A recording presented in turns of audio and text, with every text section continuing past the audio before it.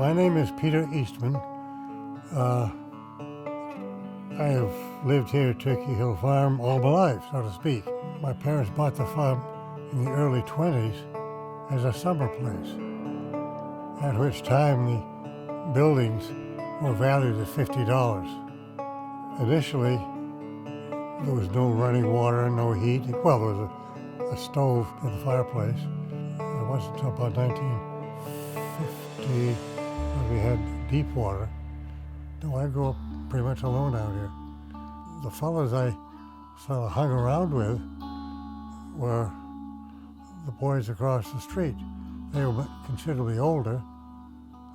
They were the Peoples, and they farmed about 5 plots of land up here. And I hung around with them and rode in their Ford stake truck and so forth. Picked up some of their language to my mother's disgust. I was told that's not a polite thing to say, but mostly I was just hanging around here getting into trouble. The house originally was a cottage down by the shore, fisherman's cottage. Then it was dragged up the hill by 40 yoke of oxen. You know, just one of these New England houses added on to. About 1930, 31, my mother had the barn made into a big living room with ideas of entertaining. But then came the Depression. Eastman Brothers and Bancroft closed, and so my mother ran it as a tea room and gift shop until the war came along to pay for it. Most of the customers were people from Prouts Neck, or staying at Prouts Neck to escape the heat of New York and Philadelphia and so forth, and people from the Atlantic House and Black Point and that sort of thing. At one time, my parents were thinking of selling, and I made some comment about, well, don't sell my roots out from under me, or something like that. A story about the place, the Davises, Clinton and Mary Davis lived next door, so to speak. They owned Phantom Farm.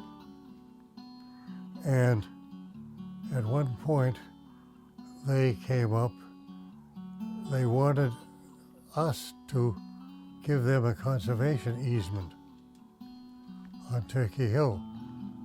And they didn't want development here. Well, we were just recovering from the Depression, and things were very tight for us. And they got very unhappy because we weren't in a position to give it to them. And they were rather hard feelings for a while. Now, you look at Phantom Farm, it doesn't exist anymore. This farm is still here. Say again? Turkey Hill Farm is still here. And Turkey Hill is still here. And they are all developed. And not only here, but it's been in conservation easement for some years to the Cape Land Trust. I wanted some outfit in control that would use it as we have been using it for the community good. I like to think of its being used for those less fortunate. So many people say how much they enjoyed it up here. And I would say, well, I enjoy seeing so many people enjoy the property.